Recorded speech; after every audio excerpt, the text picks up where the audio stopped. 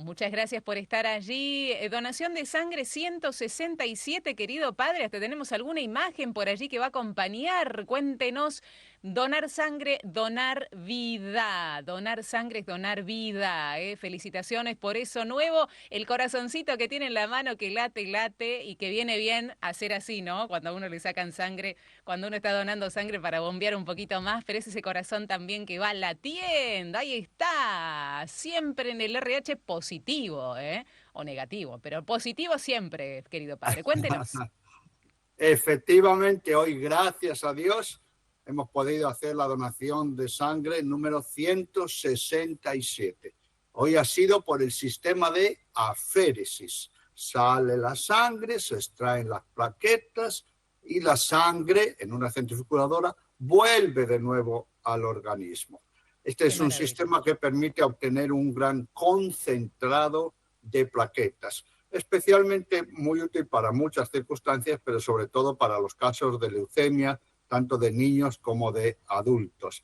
Es una manera también de recordar que la sangre no se fabrica, ¿verdad? No tenemos sangre artificial, que la sangre una vez que se dona tiene caducidad y que es importante donarla con mucha generosidad, como el Señor Jesús que nos dona hasta la última gota de sangre. Y siempre Cierto. recordando que si todos los que podemos donar, donamos, moviendo ese corazoncito generoso una vez al año, nuestro país va a tener sangre abundante, analizada, preparada para cualquier necesidad, sin tener que pedir a nadie, con una sola hora en 365 días. Así que animémonos también. Y sobre todo, querida Vero y queridas amigas, amigos, qué satisfacción saber que podemos ayudar a tantas gentes en algo tan vital como es la sangre, que vale más que Es el oro. cierto. Absolutamente. Por cada donación de sangre mínimamente se benefician 4 personas, así que a tener en cuenta, ¿eh? Esto es verdaderamente una acción más que solidaria. Donar, donarse a sí mismo. Así que gracias, querido padre, por animarnos a ello cada vez que se pueda. Y un poco hablamos la semana pasada de quienes necesitan, no solamente vienen de nuestra sangre, sino que necesitan el empuje que da hasta la sangre misma en el cuerpo, que son los niños cuando sufren. No hay que dejarlos solos.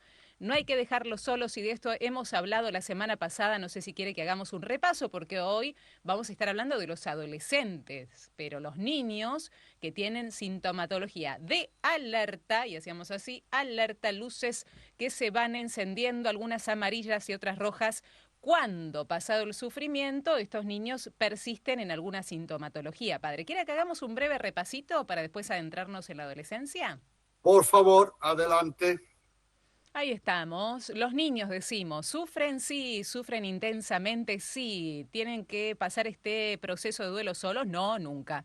Jamás. Nunca, nunca, nunca. Y hay que estar muy atentos. Decíamos que la atención de los adultos, sobre todo los adultos tutelares, la tutoría en el duelo, hay necesidad plena de que un adulto se haga responsable del niño cuando está pasando por algún momento de sufrimiento intenso. Hay que estar atentísimos y a la escucha de los síntomas del sufrimiento, porque al igual que los adultos, en los niños también se da cierta sintomatología. Pero hay que estar más atentos aún cuando este suceso que dio origen al sufrimiento, esta reacción de cualquier ser humano ante el sufrimiento, persisten más allá de algunos meses, se dice 6 o 7 meses, sobre todo en el comportamiento, cuando hay cambios significativos, cambios que decís, este chico no es el mismo, este chico no volvió a ser el mismo. Siempre decimos, después de un gran sufrimiento nadie vuelve a ser el mismo, pero en los niños hay cambios que tenemos que tener en cuenta para que tengan, por supuesto,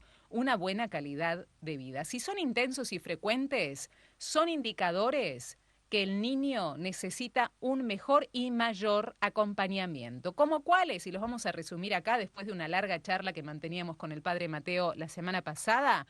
Por ejemplo, desde los 0 a los 6 años, son chiquititos, bien chiquitos los niños acá, pero tienen signos de alarma y de alerta. ¿Cómo son? Estar muy sensibles, estar caprichosos, llamando la atención de continuo. Sabemos que los niños, mirame mamá, mamá, acá, acá, pero están mucho más caprichosos y queriendo llamar la atención por todo.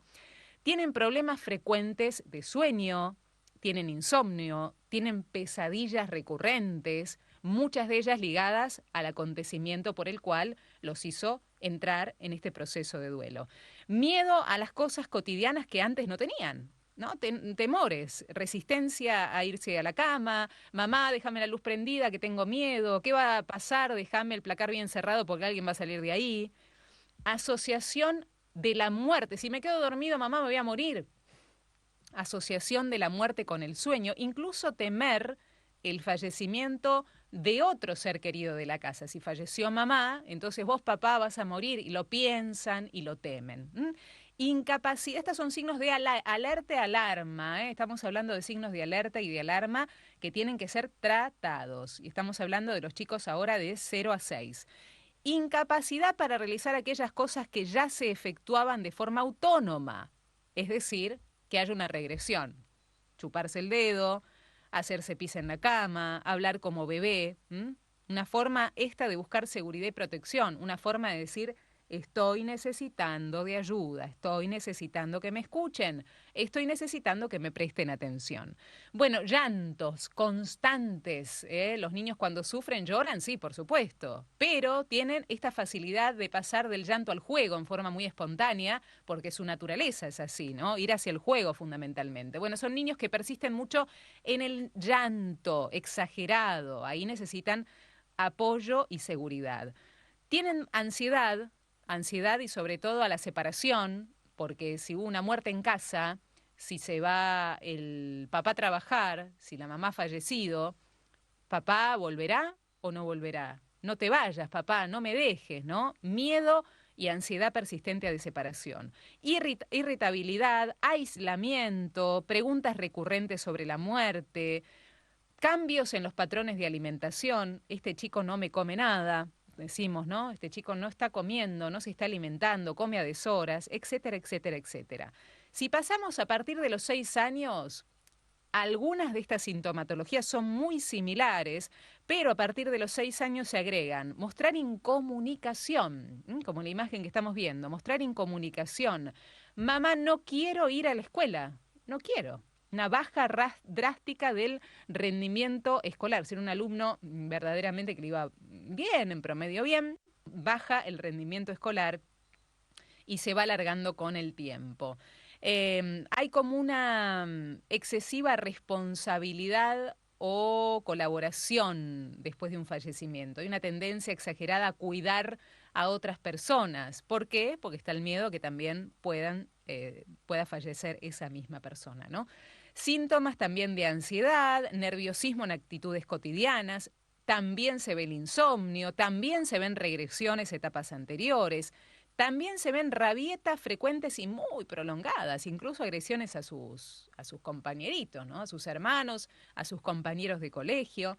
Baja la actividad, no desea participar en nada de lo que estaban acostumbrados. Van al club, no quiero. Al colegio, no quiero. Vamos a la plaza, no. Te dicen, vamos a la casa de la abuela, no quiero. No quieren hacer absolutamente nada, ¿no? Miedo persistente también, dolores en el cuerpo, en el soma, ¿no? Vamos hacia el cuerpo, a la dimensión corporal de los niños. Me duele la cabeza, me duele la panza, hay muscular, me duele la columna, me duele la espalda, ¿no?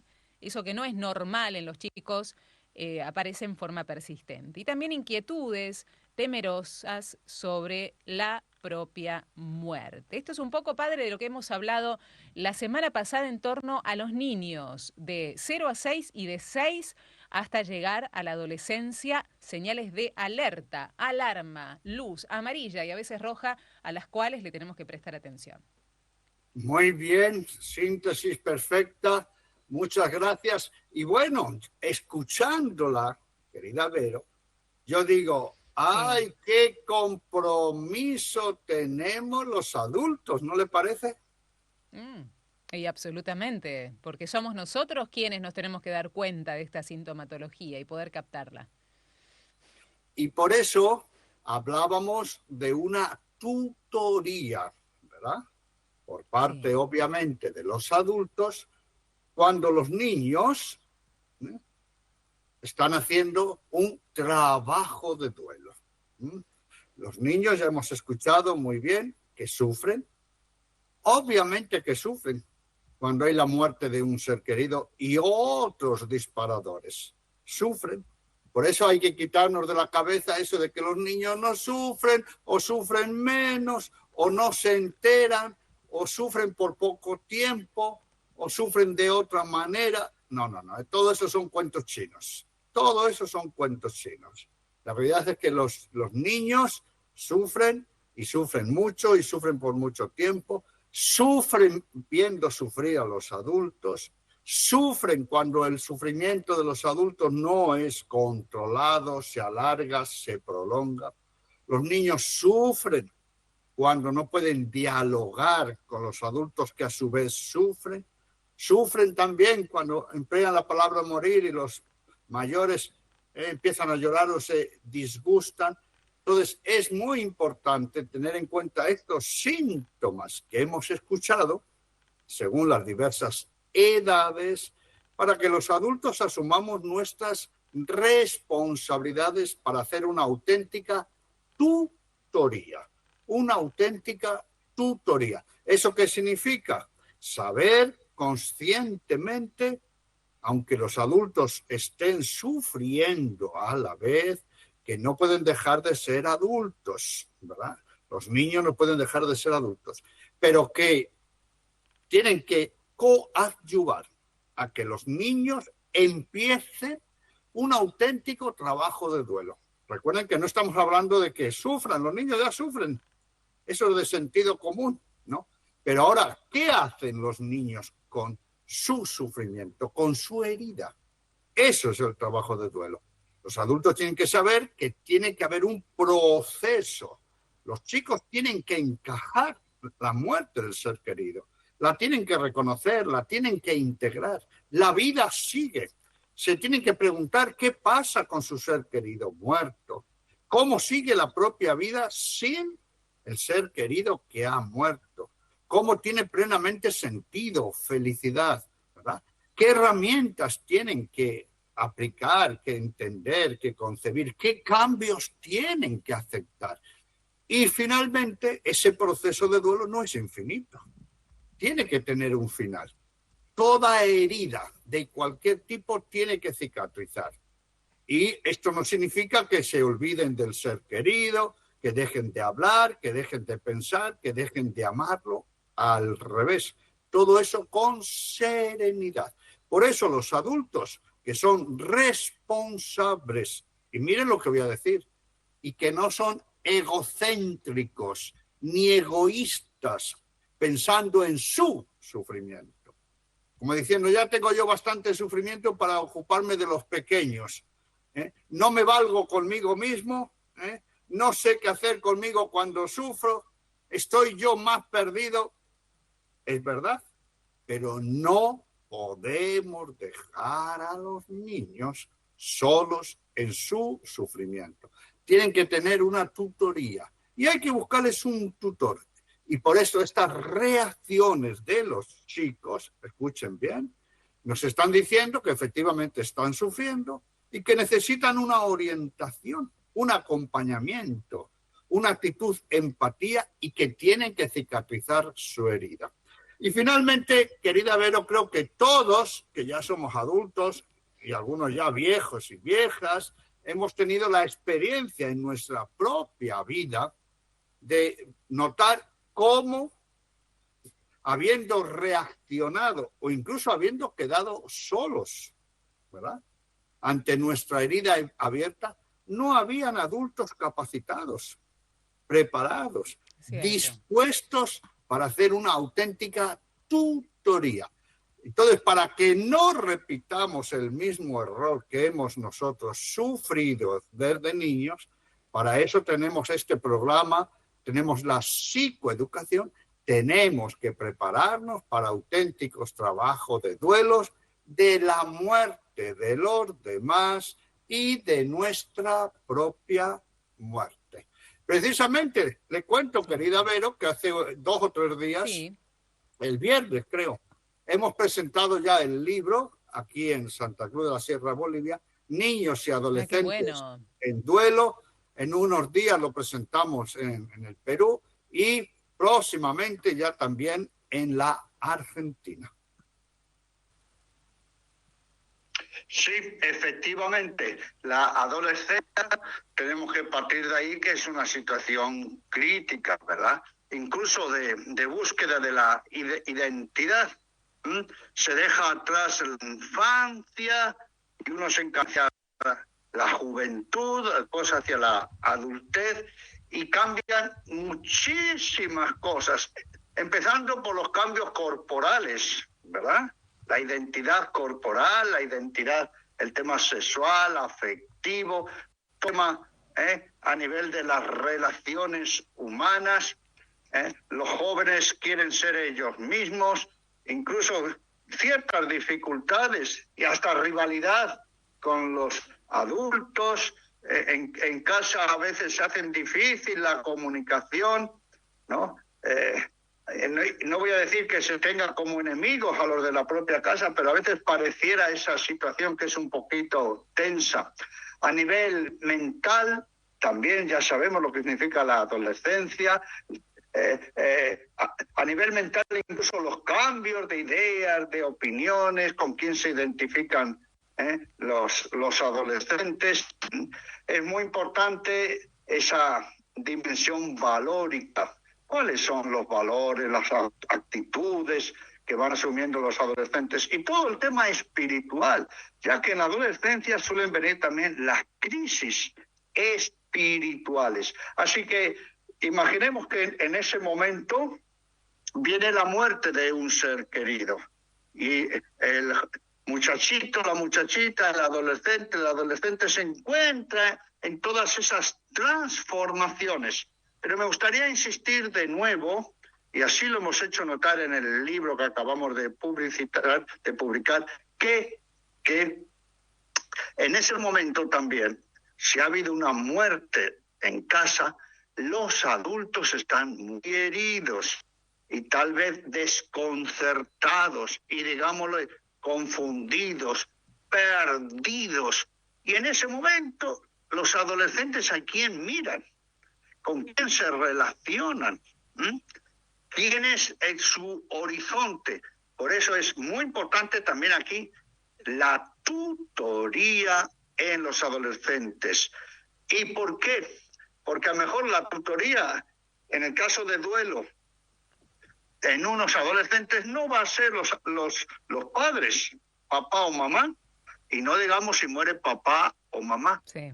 Tal vez sea un tutor o una tutora fuera de la familia, o un amigo, o un conocido, ¿no? Precisamente a veces por esa rebeldía de los jóvenes, de los adolescentes, a expresar lo que sienten. Entonces, si les parece bien, vamos a mencionar algunas reacciones que debemos tener en cuenta en el mundo de la adolescencia haciendo un trabajo de duelo. Vamos allí, querido padre. Adelante. Muy bien. La primera es incapacidad para retornar a las rutinas habituales. Este punto es muy importante porque ya hemos recordado que en las etapas anteriores, de 0 a 3 años, de 3 años en adelante, hasta los 6, después 9, hasta llegar más o menos a los 12, dijimos qué importante eran las rutinas, que las niñas, los niños en trabajo de duelo tuvieran una rutina en las acciones, en las actividades escolares, de ocio, de acompañamiento, unas rutinas. Pero ¿qué nos pasa en la adolescencia?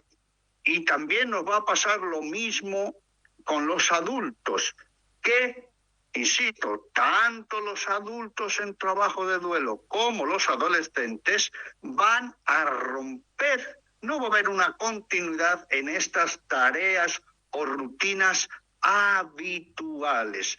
Y por eso los jóvenes adolescentes los encontramos más desconcertados normalmente de lo que ya sucede. Así pues, el primer punto, incapacidad para retornar a las rutinas habituales.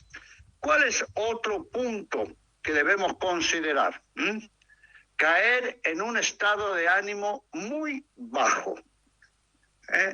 Quien haya estado cerca de adolescentes que están sufriendo, especialmente por la muerte de un ser querido y por otras circunstancias, notan que el estado de ánimo les cambia mucho, ¿no? Y que es un estado de ánimo decaído, incluso, como diríamos, muy bajo, ¿no? En su intensidad. Apartándose, esto hay que tener en cuenta, del entorno familiar y de los amigos. Por tanto, hay un auténtico aislamiento, mostrando retraimiento e instalándose en lo que llamaríamos su mundo interior. El adolescente que sufre crea un mundo interior, se mete en sí mismo.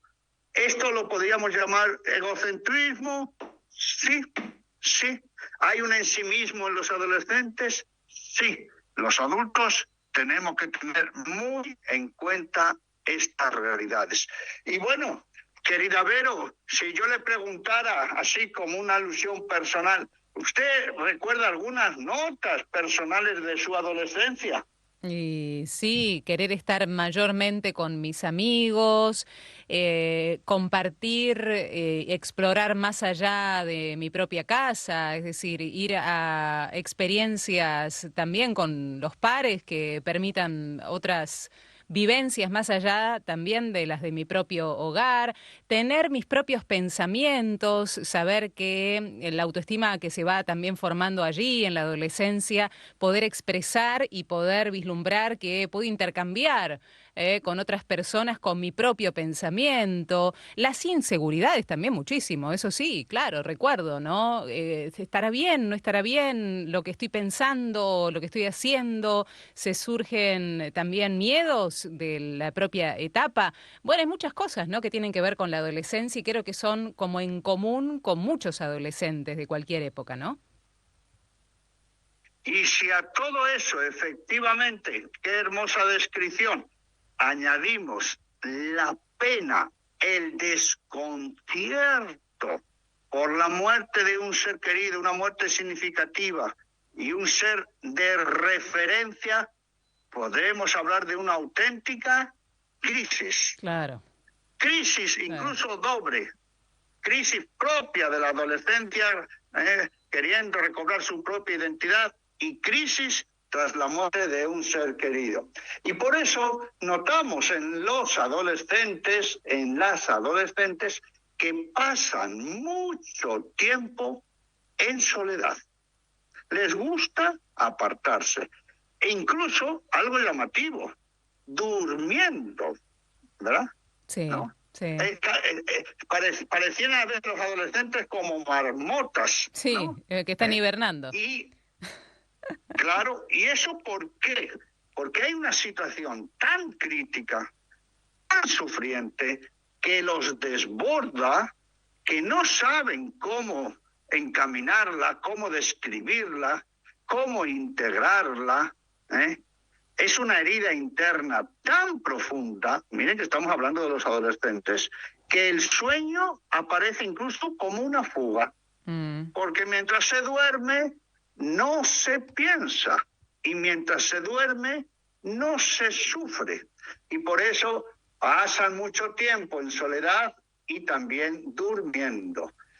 Otro punto importante para tener en cuenta, y todo esto, claro, para que los adultos a su vez seamos conscientes y los podamos ayudar. Pero,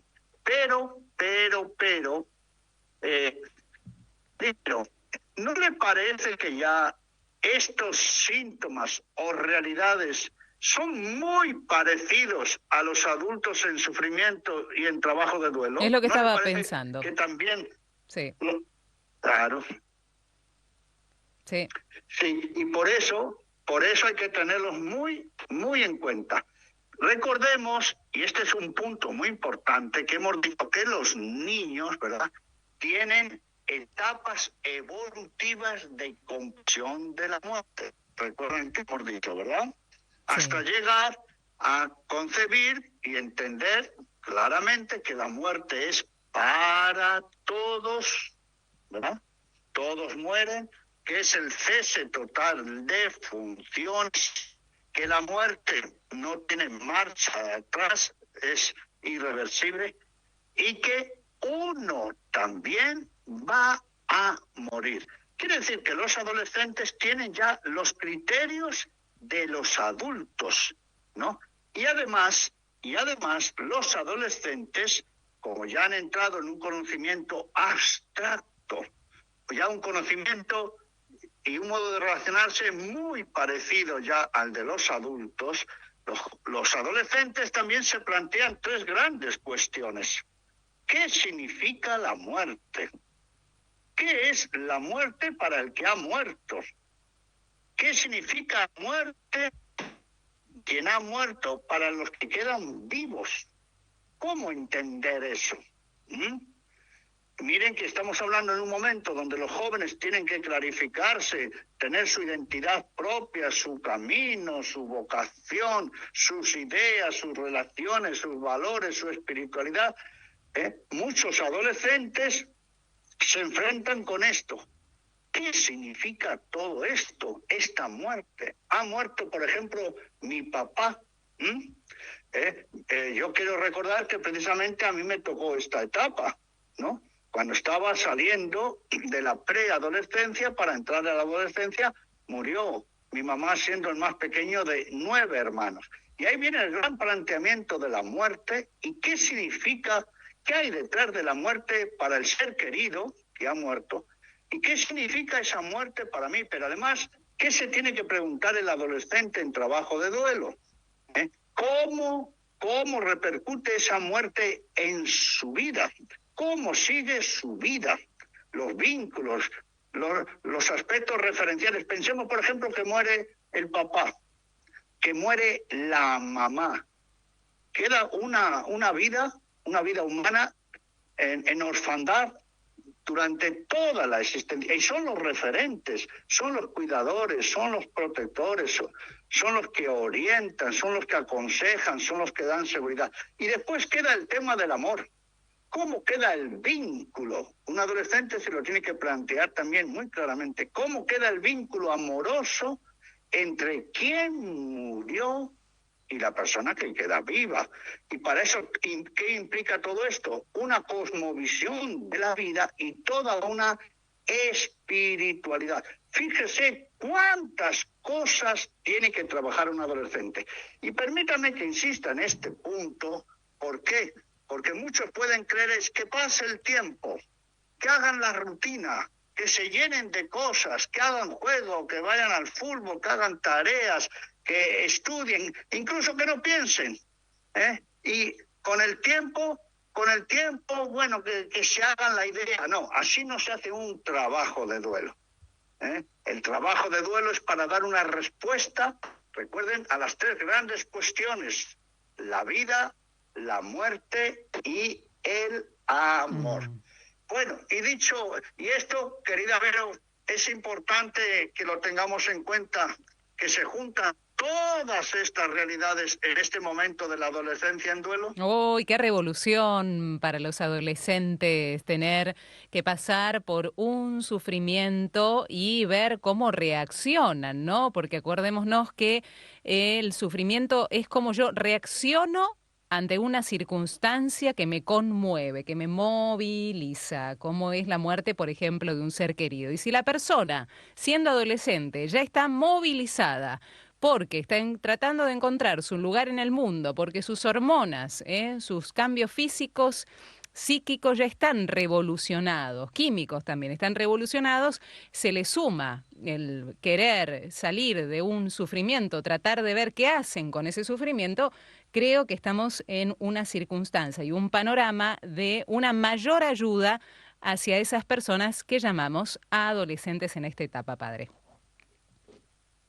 Así es. Y claro, esta también es una época, como usted nos ha dicho antes, del amiguismo, ¿verdad? Claro.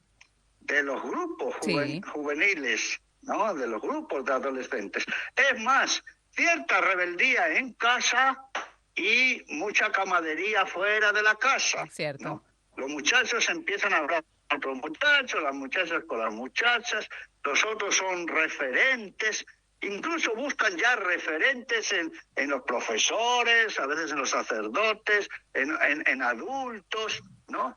Y más fuera que dentro. Pero hay una situación muy peculiar que quiero aquí pedir también su ayuda. Querida Vero y queridas amigas y amigos, un joven, mejor dicho, una adolescente que está asumiendo la muerte significativa de un ser querido. ¿Cómo cree usted que verá a los otros adolescentes? Vamos a decirlo así un poquito, en la edad del pavo, ¿verdad? Para entendernos, en la edad del pavo.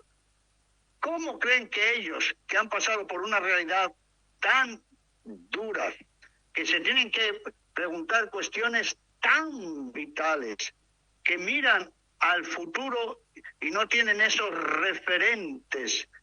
¿Usted, querida Vero, cree que ese joven se identificará fácilmente con los otros adolescentes? ¿O como que ya ha quemado etapas, que ya tiene otras responsabilidades, que ya incluso se plantea las cuestiones con más profundidad? Seguramente ese adolescente no le va a ser fácil las relaciones con otros adolescentes, ¿no le parece? Es cierto, a mí me pasó, mi mamá falleció cuando yo tenía 19 años y no me sentía identificada con mis otros amigos y amigas en esa etapa, y no me sentía apoyada, no identificada, ¿no? Y a quien me apoyé y me identifiqué con mis hermanas mayores, ¿no? Me llevaban unos cuantos años más, también la menor de las mujeres de 5 hermanos, y allí fui, ¿no? A pedir esa ayuda y contención a ellas, siendo que mis amigos en esa etapa estaban en otra, padre. Efectivamente, y ese punto, cómo es importante, miren, de cara a una auténtica tutoría por parte de los adultos. Tenemos también un punto evidente, ¿verdad? Los adolescentes en trabajo de duelo, porque están heridos, están sufriendo ante la realidad de la muerte de un ser querido, muestran muchos cambios evidentes en el rendimiento académico. Incluso se corre el riesgo de que no solo malas notas, de que no quieran seguir estudiando, de que no se identifican, de que quieren cambiar del colegio, de que no se relacionan bien con sus compañeros, de que no le encuentran sentido a los estudios. Por eso ahí, ojo a esos cambios evidentes en el rendimiento académico. Y ya hemos hecho mención, pero es bueno insistir, en este aislamiento extremo. Los adolescentes que están pasando por esto que llamamos la muerte de un ser querido, muchos de ellos no quieren participar en eventos, acontecimientos, encuentros sociales en los que antes sí participaban. Usted ya ha hecho un poquito mención. Yo recuerdo, querida Vero, queridas amigas y amigos, yo recuerdo que cuando los muchachos iban a una fiesta o a todas, yo la verdad que no tenía ganas de participar. Además lo encontraba así tan superficial, una pérdida de tiempo, algo tan mediocre para la vida, que yo en un tiempo pensé que realmente me iba a aislar, pero la verdad es que no podía soportar tanta pavada ya a los 12 años, ¿no? Yo creo que salí de la pavada precisamente después de la muerte de mi mamá, porque ya veía la vida con otros ojos, con otras realidades, con situaciones que tenía que afrontar, Y miren, y quiero decirlo también, claro que aún siendo el más pequeño de 9 hermanos, yo mostraba también mucha preocupación por cómo sufrían los hermanos mayores. Y yo tenía muchísima preocupación por el duelo de mi propio padre, ¿no? yo creo que sentía más preocupación, más sufrimiento por mi padre y mis hermanos que por mí mismo, ¿no? Y por eso tener en cuenta este aislamiento extremo aún de los adolescentes a la hora de estar con otros adolescentes. El cambio de humor. Si ya en la adolescencia hay cambios de humor, ¿no? Que no se sabe por qué se enojan, se encierran, se aíslan, cómo entienden, si no saben recibir una broma, que tienen cambios de humor constantes, ¿no? Pues fíjese en esta realidad tras la muerte de un ser querido. Y son cambios de humor constantes que no se normalizan fácilmente, que llevan tiempo, muestran una irritabilidad extrema. Y un punto llamativo que quiero también su comentario, querida Vero, en los jóvenes en trabajo de duelo, los adolescentes, se nota mucha agresividad verbal. Incluso agresividad física, mucha bronca, mucho enojo. Hay incluso mucha impulsividad descontrolada. Es como decir, hay algo por dentro, una herida interna que no la puedo manejar, no la puedo entender, no puedo decir por qué ha sucedido, cómo ha sucedido, que le haya sucedido al adolescente. Y claro, todo eso de alguna manera nota porque no está bien canalizado. Y aparece precisamente agresividad verbal, impulsividad descontrolada. Este aspecto creo que es muy significativo y no fácil de acompañar. ¿No le parece, Vero? Es cierto, porque está el pensamiento del adolescente que dice, nadie me entiende. Nadie me entiende. Hace un comentario, el mínimo, el que le sale en su interior. Algún adulto le responde y no queda conforme con la respuesta, porque es mucho el dolor y quizás necesiten o mayor escucha o no necesiten un consejo sino un abrazo. Entonces surge este concepto y este pensamiento en el adolescente, nadie me entiende y se encierra cada vez más. Así es. Y tenemos una nota que hay que tenerla muy en cuenta. Por eso hemos insistido que esa tutoría no tiene que solo reconocer el lenguaje verbal, lo que los adolescentes y antes los niños digan. No, especialmente lo que callan. Pero no solo eso, lo que tal vez no puedan decir o no se atreven a decir o les supera. Es una herida que los supera y que no saben cómo comunicarlo. Recuerden que estamos precisamente en una época de crisis. Y me refiero, ya hemos hecho mención, a esta bronca, a este enojo insistente, persistente, que tiene que ver con situaciones como, por ejemplo, ¿quién le dijo que había muerto su ser querido? ¿No? Con el personal sanitario, ¿no? Incluso es el momento donde se acusa a los que se consideran que son responsables directos de la muerte de un ser querido. Y algo muy llamativo, es un enojo que culpabiliza tal vez mucho a los familiares. Hicieron todo lo posible, se ocuparon, ¿no? O lo dejaron sin todas ayudas que se podían haber hecho. Esto es muy importante tratarlo con los adolescentes. Pero aquí viene la cuestión, que muchas veces los adultos quieren hablarlo y los adolescentes se retraen, se enojan, estoy mal, incluso culpando a otros, pero como no lo verbalizan, no sabe uno cómo a veces enfrentarle. Por eso, ¿cuál es la cuestión? Que puedan tener amigos, observar quiénes son los amigos, los tutores en el colegio, si participan en parroquias, si tienen otros compañeros, porque es con esos con los que estas realidades las van a comentar. Como vemos, no es tan fácil acompañar los procesos de duelo de los adultos, ¿no? Tenemos también otro punto importante a nivel de la dimensión mental en los adolescentes. Pensamientos negativos muy recurrentes sobre la muerte. Gabriela dice, Padre Mateo, pregunto cómo podemos ayudar cuando el padre de niños y adolescentes no permite que otros miembros de la familia puedan estar cercanos a estos chicos, cortando vínculos de proximidad en medio de un gran sufrimiento. Esta es mi situación personal con mis sobrinos. ¿Qué hacer en este caso? Pregunta Gabriela.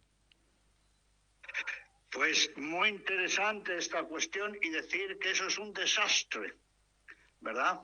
Esa actitud solo hace que perjudicar a los hijos, perjudicar a los adolescentes. Recuerden que precisamente es la época donde los adolescentes, ¿verdad?, amplían su horizonte, amplían sus horizontes educativos, también de conexión a nivel espiritual, en el ocio, en el deporte, en los amigos, en la época de los grupos, de compartir y sobre todo con otros familiares. Y ahí es donde descubren la importancia también de esos vínculos familiares, no centrados exclusivamente, tan directamente en los allegados como son los padres o los hermanos. Eso es casi castrar a los adolescentes, es limitarles muchísimo.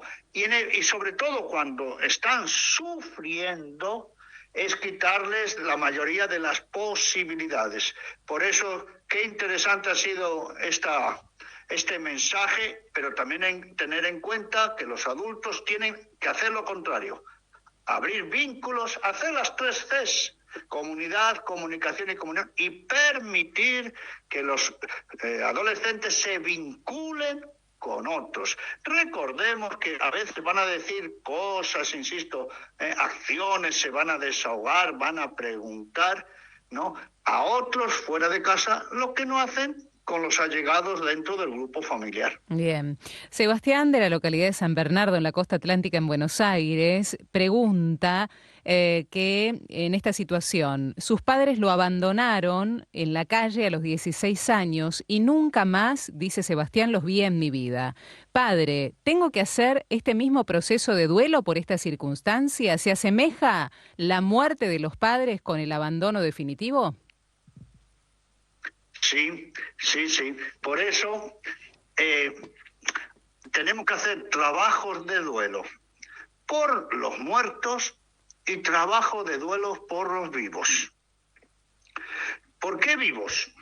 Por aquellos seres queridos que ya dejaron de existir realmente en nuestra vida, pero que siguen viviendo en esta tierra, ¿no? Y tenemos que hacer trabajos de duelo de muertes, de nuestras muertes significativas, como cuáles: el habernos quedado sin una familia, sin unos vínculos paternos, sin unos vínculos fraternos, el haber perdido los amigos de toda una vida. Esas son auténticas muertes en nuestra vida. Pero efectivamente, todo eso hay que asumirlo. Y por eso miren que los trabajos de duelo, a veces hay que hacerlos con un factor retroactivo. Hay heridas pendientes. Y por eso no solo es un tema afectivo. Esto hay que pensarlo, ¿verdad? Tenerlo en cuenta, darnos el tiempo para pensar y decir, en mí hay heridas que vienen del pasado, que no han cicatrizado, y yo tengo que hacer un auténtico trabajo de duelo para cicatrizarlas, porque la vida sigue adelante. Pero efectivamente, quedarse huérfanos de padre y madre vivos en vida es algo muy, muy duro, que tiene que hacer un trabajo de duelo para sanar. Otro mensaje de un oyente que no se identifica dice: si la falta de acompañamiento en un adolescente en medio de un gran sufrimiento puede provocar ideas de suicidio. Sí, y precisamente eso es uno de los síntomas que hay que tener en cuenta, ¿verdad? Dentro de las reacciones, que los jóvenes se enfrasquen en ideas del suicidio, que lleguen incluso a la elaboración de un plan suicida, ¿no? Y, ojo, y no digamos, y esto hay que darle mucha importancia, cuando el ser querido que ha muerto ha sido por suicidio, ¿no? Y ahí viene un gran temor. Por eso, en el tema del trabajo de duelo no puede haber ningún tabú. No puede haber ningún tabú. Todo tiene que ponerse en el tapete.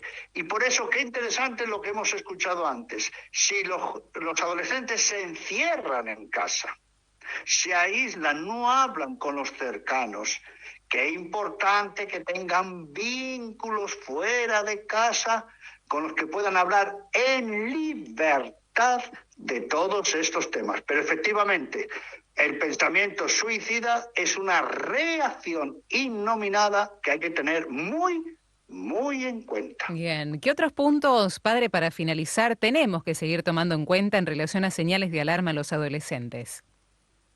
En relación con esta última, ojo, los adolescentes pueden llegar a prácticas, a conductas de riesgo. ¿Y por qué? ¿Por qué conductas de riesgo? Hasta deportes de riesgos excesivos, muy peligrosos. Porque la vida ha dejado de ser significativa para ellos. Ha dejado de preocuparles, incluso de tener valor. Y por eso es una época muy conflictiva que tiene que ver también con el inicio del consumo de drogas, del inicio del consumo de alcohol, en los que adolescentes provocan altercados de promiscuidad sexual. Por eso, ojo con las conductas de riesgo que vemos en los adolescentes. Ya hemos hecho alusión también, pero hay que tener muy, muy, muy presente la sintomatología depresiva mantenida, ¿no? Todos tenemos momentos de decaimiento, ¿verdad? A todos se nos baja el ánimo, pero cuando ya hay una sintomatología depresiva mantenida en el tiempo, ahí es donde nos tenemos que preocupar mucho, ¿no? Y, por supuesto, otros síntomas, ¿cuáles serían? La aparición de trastornos obsesivos, de ansiedad, de separación, ¿no? Esos puntos también no perderlos de vista. Culpa intensa y continua. Culpa intensa y continua. Ese aspecto también hay que tenerlo muy, muy, muy en cuenta, ¿no? Y muchas veces alguien dice, pero yo noto en los adolescentes otra realidad, que se los ve con reacciones de un entusiasmo extraordinario, no decaídos o angustiados, sino muy entusiastas, ¿sí? Esas reacciones que parecieran bipolares son también síntomas innominados en adolescentes sufriendo, que tienen que hacer un trabajo de duelo, ¿no? Y ya hemos dicho también, los adolescentes pueden llegar a asumir responsabilidades que antes nunca asumían, ¿no? Y que al asumirlas dejan su tarea ordinaria y queman etapas. Esto no debe suceder. A veces se dice, desde que murió a su ser querido, ¿cómo ha madurado? Se ha hecho una mujercita, se ha hecho un hombre. Esto no es cierto. Lo que está haciendo es quemando etapas y después esto pasa factura. Y tenemos también algunas reacciones que son muy parecidas a las de los adultos. Por ejemplo, y es propio de los adolescentes, ¿cuáles son? Que no quieren tocar para nada las cosas del fallecido. Es decir, las quieren dejar todo como era, ¿no? Quieren guardar cosas, quieren como que si estuviese ahí presente en las cosas. miren que esto también se da en los adultos. Y por eso los adolescentes hacen auténticos rituales para conservar las pertenencias de sus seres queridos muertos. Y dos más que para tener en cuenta. Uno, las quejas somáticas, estamos hablando en el tema ya de la salud. Quejas somáticas relacionadas con la enfermedad de la persona que ha fallecido. Notamos muchas veces que los adolescentes se quejan de patologías afines por las que ha muerto un ser querido. Este punto tenerlo muy en cuenta. Recuerden que también los adolescentes hablan más con su cuerpo, con sus conductas, con sus reacciones, que con sus palabras, ¿no? Y hay una que quiero comentarla. Claro, imaginemos que muere papá, que muere mamá, ¿no? Los adolescentes van a mostrar muchas reticencias a que los familiares creen un nuevo vínculo. Por ejemplo, que papá se vuelva a casar, que mamá vuelva a contraer matrimonio. ¿Por qué? Por el temor de la sustitución. Entonces, si papá se casa, ¿qué pasó? ¿Se va a olvidar de mamá? Ya no se va a hablar en casa de mamá, se van a sacar las fotos de mamá, los aniversarios, ya no podemos hablar con toda normalidad de la mamá o del papá muerto. Y no solo eso, claro, que en la casa, en la familia de un adolescente, entre un hombre o una mujer que ocupe el rol de la madre. Esto puede tener muchas resistencias en los adolescentes.